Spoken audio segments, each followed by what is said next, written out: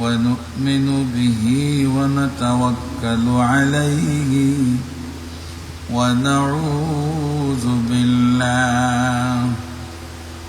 ونعوذ بالله من شرور أنفسنا ومن سيئات أعمالنا من يهده الله فلا مضل له ومن يضلله فلا هادي له ونشهد أن لا إله إلا الله وحده لا شريك له ونشهد أن سيدنا وسندنا وحبيبنا وشفيعنا ومولانا وأولانا محمدا عبده ورسوله صلى الله عليه وسلم الذي أرسله بالحق بشيرا ونذيرا وداعيا إلى الله بإذنه وسراجا منيرا أما بعد فأعوذ بالله من الشيطان الرجيم بسم الله الرحمن الرحيم حافظوا على الصلوات والصلاة الوسطى وقوموا لله قانتين. وفي آية أخرى إن الصلاة كانت على المؤمنين كتابا موقوتا. صدق الله العظيم. وقال رسول الله صلى الله عليه وسلم من ترك صلاة متعمدا فقد كفر جهارا أو كما قال عليه الصلاة والسلام. وقال الله تعالى في شان حبيبه ومحبوبه مخبرا وآمرا إن الله وملائكته يصلون على النبي يا أيها الذين آمنوا صلوا عليه وسلموا تسليما. اللهم صل على سيدنا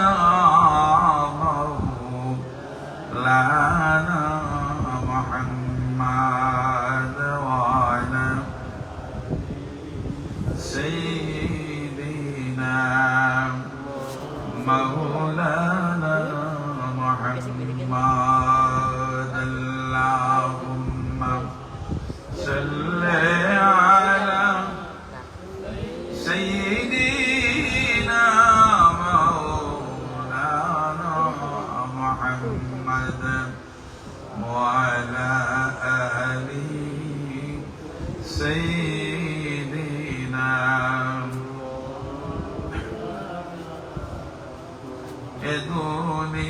দুনিয়ার সবই থাকবে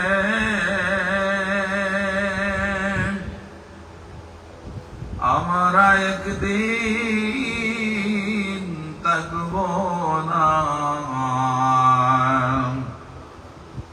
এই দুনিয়ার সবই থাকবে, আমরা একদিন থাকবো না।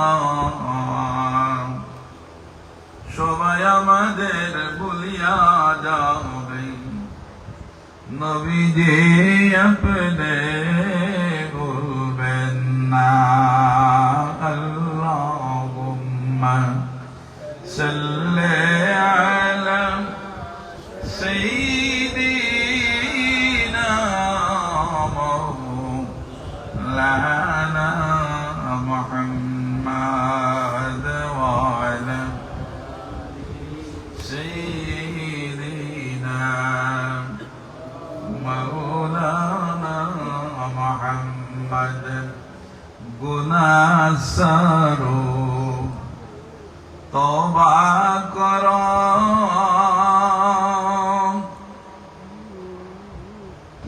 গুনাহ সারো তওবা করো, চিন্তা করো মরণের।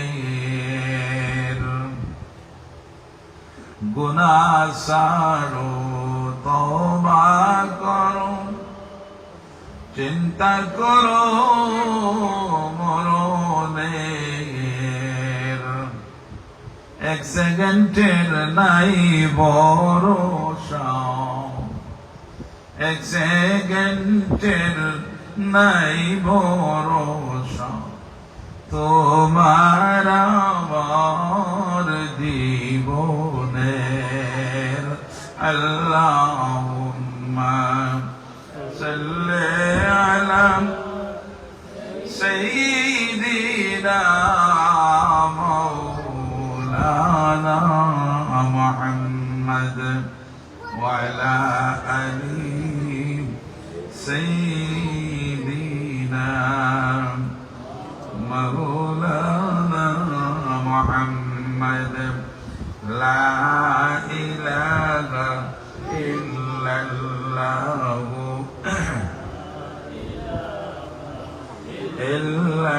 ইল্লাল্লাহু, লা ইলাহা ইল্লাল্লাহু, লা ইলাহা, লা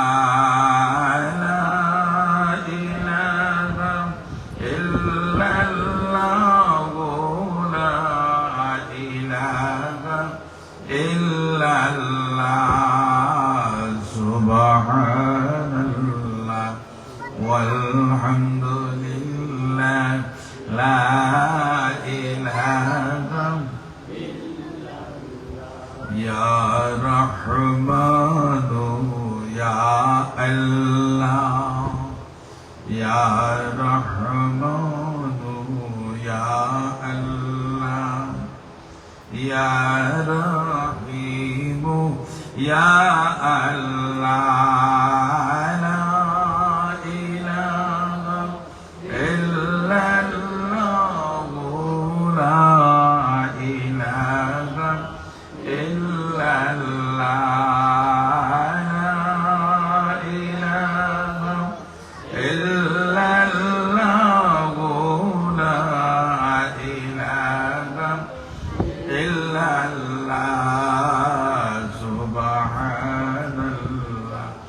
Walhamdulillah, ilaha la ilaha illallah, Muhammadur Rasulullah sallallahu alaihi wasallam. Syamsul ulama আল্লামা সাহেব কিবলা ফুলতলি রহমতুল্লাহি আলাইহি ও এলাকার সকল মুর্দেগান ইনসানের সর্বপলক্ষে আজকের এই প্রথম বার্ষিক খানকা ও ওয়াজ ও দোয়া মাহফিলের সম্মানিত সভাপতি হযরত মাওলানা শেখ মোহাম্মদ আব্দুর রহিম সাহেব, যিনি আপনাদের এলাকার মানুষ কিন্তু থাকেন আমাদের শহরে। ঠিক আছে, আল্লাহ পাক আল্লাহর বান্দার জন্য নেক হায়াতে তয়্যিবা দান করেন, সুবহানাল্লাহ, আমিন বলুন। এছাড়া সহসভাপতি জনাব মোহাম্মদ ফরিদ উদ্দিন সাহেব, যেহেতু এখানে উত্তর কালাপুর ফরিদ মিয়ার বাড়িতে, তো এই বাড়িও না নাকি, আল্লাহ পাক ওনার অনেক হায়াতে তয়্যিবা যেন দান করেন। প্রধান অতিথি যিনি দীর্ঘ সময় আপনাদের সম্মুখে নসিহতপূর্ণ বক্তব্য দিয়েছেন, ঠিক আছে, আলহামদুলিল্লাহ। আমাদের একটা বিশ্বাস আছে, ফুলতলী সাবজুল্লাহ সন্তানেরা, আমাদের নাতিরা বা সাবজুল্লাহ বংশের কেউ যদি আমাদের কোনো মাহফিলে এসে যান, তাহলে আমরা আমাদের মনের বিশ্বাস যেটা, এই মাহফিল মকবুল কবুল হয়ে যায়, ঠিক আছে। আজকে আপনারা এই বাড়ির উঠানে কষ্ট করে, বিশেষ করে আশফাক সহ ইয়াং যারা মুরব্বীরা তো কাজ করতে পারেন না, মতামত দেওয়া লাগে, টাকা পয়সা দেন, ঠিক আছে, কাজ করেন। ইয়াং ছেলে যারা আছে তারা দৌড়াইতে পারে, কাজ করতে পারে, তারা অক্লান্ত পরিশ্রম করে যে আজকের এই প্রথম বার্ষিক মাহফিল উৎসব উদ্দীপনার মাধ্যমে করেছে। মাত্র কয়েকদিন, মাত্র এক সপ্তাহ মনে হয় টাইম, এর ভিতরে যে এত বড় সাহস করেছে, একটা মাহফিল করতে অনেক অনেক অনেক বেগ পাওয়া লাগে। এই জন্য আপনারা মুরব্বীরা যারা সহ ইয়াং যারা এই মাহফিল সাজাইছে, সবাইকে আল্লাহ পাক যেন লায়েক জাযা দান করেন, সবাই আমিন বলুন। এবং তারা বড় উৎসাহী যে আগামী বছর থেকে জানুয়ারির দিকে তারা প্রথম মাহফিল করেছে, প্রতি বছর যাতে একটা করা যায়, ঠিক ঠিক তারা চিন্তা ভাবনা করতেছে।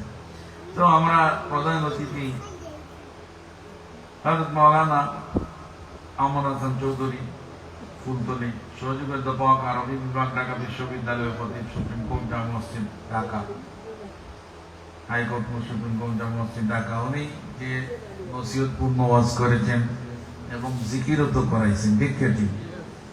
এরপরে আর আমাদের আর ওয়াজের দরকার পড়ে না। এরপরেও যেহেতু 12টা পর্যন্ত টাইম, আপনারা যেহেতু বসছেন, তাই ওই সময় ক্ষেপণ করার জন্য, সময়টা পাস করার জন্য কিছু কথা বলার নিয়োগ করেছি এবং পবিত্র কোরআনে পাকের 2 জায়গা থেকে 2টা আয়াত তেলাওয়াত করেছি এবং রাসূলুল্লাহ সাল্লাল্লাহু আলাইহি ওয়াসাল্লামের হাদিসের ভান্ডার থেকে ছোট্ট একটা হাদিসের টুকরা তেলাওয়াত করেছি এবং নিয়ত করেছি যে আপনাদের সম্মুখে কোরআন শরীফের এই আয়াতগুলাকে সামনে রেখে যদি আল্লাহ আমাকে তৌফিক দান করেন, তাহলে 2-1টি কথা বলবো। ওমা তাওফীকি ইল্লা বিল্লাহ, সবাই আমিন বলুন।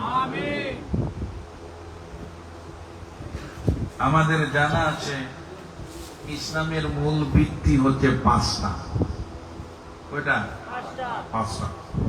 আমার সাথে কিছু কথা বলবেন, তাড়াতাড়ি শেষ করে দিব।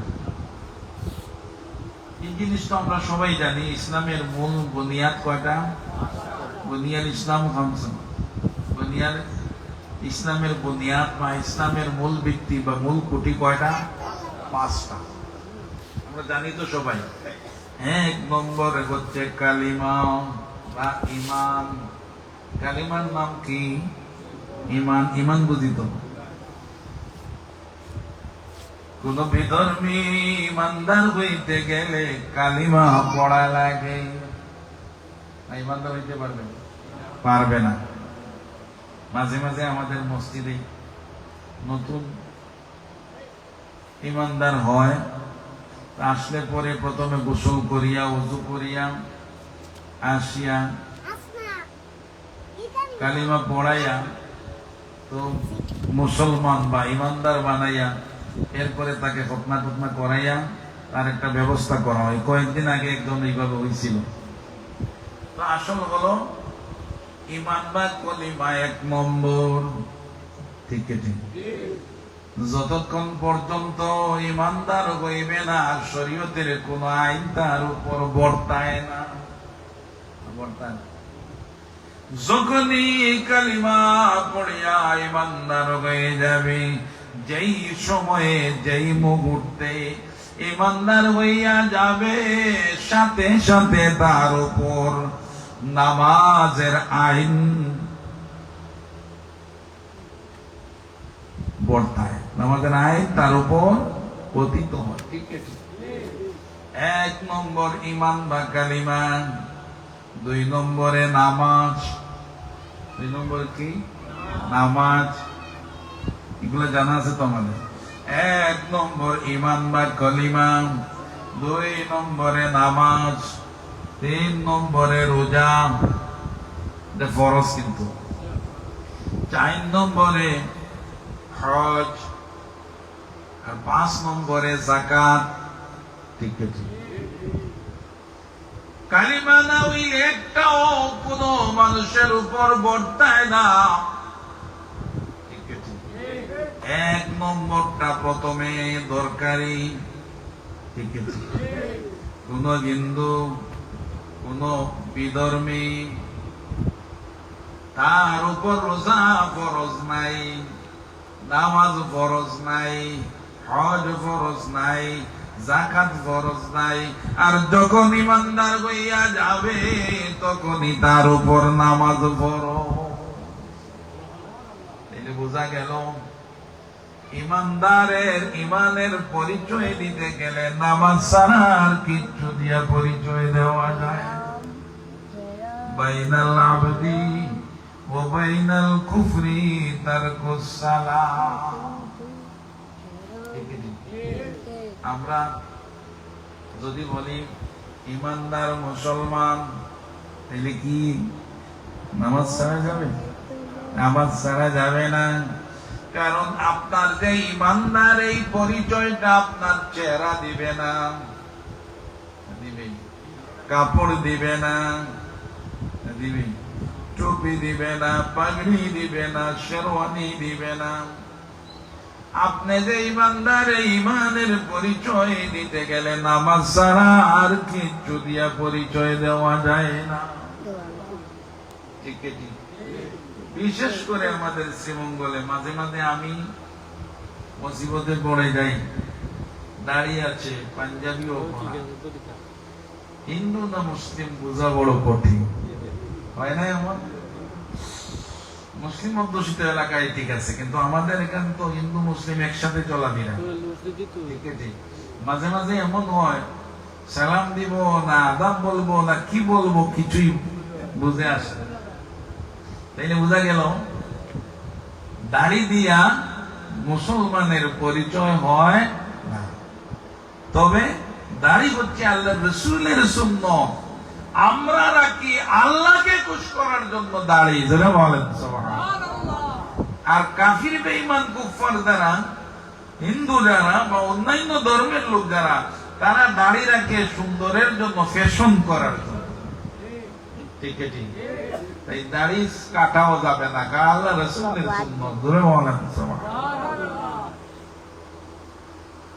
সুতরাং নামাজ ছাড়া পরিচিতি মুসলমানের ইমানদারের দেওয়া যায় না। একসাথে যাচ্ছেন, সাপোজ মনে করেন একসাথে চলছেন 8-10টা ছেলে, হিন্দু মুসলিম একসাথে যাচ্ছে, কে হিন্দু কে মুসলমান চিনার উপায় নাই। আর শ্রীমঙ্গল তো চিনা যায় না। ব্যবসায়ী অফিসে আমি বসা, কয়েকটা ছেলে গিয়ে ঢুকছে, সালাম আলাম দিছে, দিয়ে ঢুকছে। কাজ শেষ করার পর আমাকে বলছেন, হুজুর ওদেরকে চিনেন? বলে না, ওরা হিন্দু। অথচ সালাম টালাম দিছে, কারণ তারা সালামও দেয়, আসলেই সালাম দেয়, আসসালামু আলাইকুম বলে। আমার বিভিন্ন প্রতিষ্ঠানের প্রধানরা হিন্দু, হেডমাস্টাররা হিন্দু আছেন অনেক স্কুলে। মেলা শরীফে তো যাওয়া লাগে, আমার বড় মসজিদের হুজুর হিসাবে যাইতে হয়। তো এই গত সপ্তাহে প্রত্যেকটা প্রতিষ্ঠানে যে পরীক্ষার জন্য বাৎসরিক মেলা, তো নাম বলছি না, অনেক প্রতিষ্ঠানের প্রধান হিন্দু। যাওয়ার পরে তারা আদব বলেন আসসালামু আলাইকুম। আমরা চিনি হিসেবে তো আর অসুবিধা নাই, কিন্তু নতুন কেউ গেলে সালাম দিলে তো ওই হিন্দু মুসলিম চিনা যাবে না, ঠিক আছে? তো পরিচয় হচ্ছে মুসলমানের, পরিচয় হচ্ছে নামাজ। চলে যাচ্ছে একসাথে, মাগরিবের আজান হয়ে গেছে। মাগরিবের আজানের সময় যদি সব ছেলেরা মসজিদে ঢুকে তাইলে সবটাই মুসলমান, আর যদি মসজিদে না ঢুকে তাইলে তাদেরকে ইমানদার বলা যাবে না, ঠিক আছে? নামাজ হলো আসল। কোন বেধর্মীকে বলতে পারা যাবে না, বাইরে কোথায় যাচ্ছ, জোহরের নামাজটা পড়িয়া যাও, বলা যাবে? তার ইমানই নাই। আর ইমানদার যখন হইবে আর মাফ নাই আর সার নাই, নামাজ পড়া লাগবে, ঠিক আছে? নামাজ পড়াই না। এজন্যই তো আল্লাহ রাসূল বলেছেন যে ছোট বাচ্চাদেরকে তোমরা নামাজ শেখাও, ঠিক আছে? মুরু আওলাদাকুম বিসসালাত, আল্লাহর আইন দেখেন, মুরু আওলাদাকুম বিসসালাত ওয়া হুম আবনাআ সাবআ সিনিন ওয়াদরিবুহুম আলাইহা ওয়া হুম আবনাআ 10 সিনিন। সুবহানাল্লাহ। দয়াল নবীর মাধ্যমে আল্লাহ আমাদেরকে জানাইয়া দিয়েছেন, রে দুনিয়ার মানুষ, তোমাদের আওলাদদেরকে তোমরা নামাজ শেখাও। সুবহানাল্লাহ। নামাজ শেখাও। ওটাও বলিয়া দিচ্ছেন কোন সময়ে নামাজ শিখাইবা। আইন যদি মানতাম আমরা, তাইলে ওই যে ছেলে বাবাকে মারতো না, ঠিক আছে? কুলাঙ্গার না হইলে কি বাবাকে মারে? নিশ্চয় সে কুলাঙ্গার, ঠিক আছে? যে সন্তান বাবাকে মারতে পারে, এই সন্তানকে সন্তান বলা লজ্জা, ঠিক আছে? আমরা শুধু ওয়াজ করি সন্তানের হক বাবার উপর, কিন্তু বাবার হক সন্তানের উপর কেউ ওয়াজ করে না, ঠিক আছে?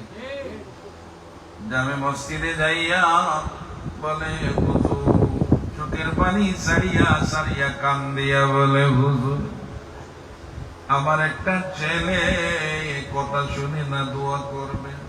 বলতে বলতে শেষ পর্যন্ত বলে হুজুর, আমার উপর আমার ছেলে আজকে হাত ফুটাইছে। জোরে বলেন নাউজুবিল্লাহ। আমারও দোষ আছে, শুধু তার দোষ না, আমারও আছে। ওই যে আল্লাহ পাক তার হাবিব রাহমাতুল লিল আলামিনের মাধ্যমে জানাইয়া দিলেন, রে আল্লাহর বান্দারা, তোমার সন্তানকে ছোটবেলা তুমি শিখাও। আমি এটা করি নাই, করছি, করি নাই। আল্লাহর কাছে যখন ছিলাম তখন আল্লাহ শিখাইছেন, ধরে বললেন। মায়ের গর্ভে যখন সন্তান আসে তখন আল্লাহর দায়িত্বে আল্লাহ শিখান। সুবহানাল্লাহ। 9 মাস থাকে তো মায়ের গর্ভে একটা সন্তান, থাকে না? 3 মাস 3 মাস 3 মাস 3 তিরিঙ্গা 9 মাস। গভীর মনোযোগ। আমার মহিলারা যারা আছেন, গ্রামের ওয়াজ যেহেতু, বাড়ির উঠানের ওয়াজ, আমার কথাগুলা একটু খেয়াল করে শুনবেন। মায়ের গর্ভে যখন সন্তান আসে, সন্তান যখন মায়ের গর্ভে আসে, ইমাম গাজ্জালী রাহমাতুল্লাহি আলাইহি, বিশ্ববিখ্যাত দার্শনিক ইমাম গাজ্জালী রাহমাতুল্লাহি আলাইহি, ওনার কিতাবের মধ্যে লিখেন, মায়ের গর্ভে যখন সন্তান আসে তখন এক বিন্দু নাপাক পানি মায়ের রেহেমে চলে যায়। তখন ওই এক বিন্দু পানি যখন চলে যায়, তখন আমার আল্লাহ একজন ফেরেশতা সৃষ্টি করে, এবং ওই ফেরেশতাকে দায়িত্ব দেন, যতদিন ওই সন্তান মায়ের পেটের ভিতরে থাকবে তার দেখাশোনা